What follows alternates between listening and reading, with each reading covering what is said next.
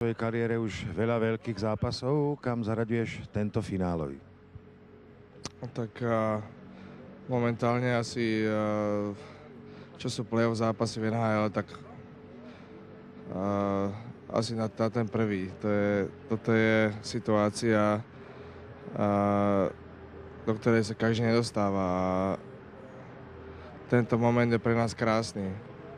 Myslím si, že každý hráč si to zaslúži, čo je v kabíne, a každý je na to hrdý, že mohol to Slovensko reprezentovať a dostať sa tak ďaleko. Rusi nemajú vo svojom tíme veľa veľkých hviezd zo zámoria. Ako na teba pôsobia ako mužstvo? Teraz nepotrebuješ veľké hviezdy, keď chceš vyhrať nejaký turnaj, alebo keď sú to majstrovstvá sveta, alebo keď hraješ Stanley Cup, na tom vôbec nezáleží. Tam je všetko, to je všetko v tíme a to je všetko v tom srdci, že bojujete a držíte ako tým pohromade. A to je ten charakter toho týmu, aký je silný a jak sa dokáže vyburcovať. Aká je nálada v našom mužstve?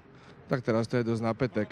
Každý čaká, že získame tú zlatú medailu, ale nebude to také jednoduché. Myslím si, že Rusi na nás vybehnú s tým ich rýchlym hokejom a tým korčuliarským, čo oni hrávajú, a proste musíme hrať dobre defenzíve.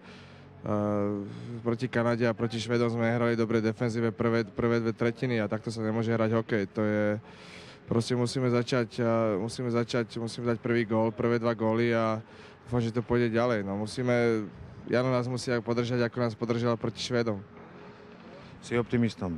Tak určite, každý musí byť optimistom, lebo keby si nebol, tak nemôžeš hrať žiadny šport, takže proste vrcholový šport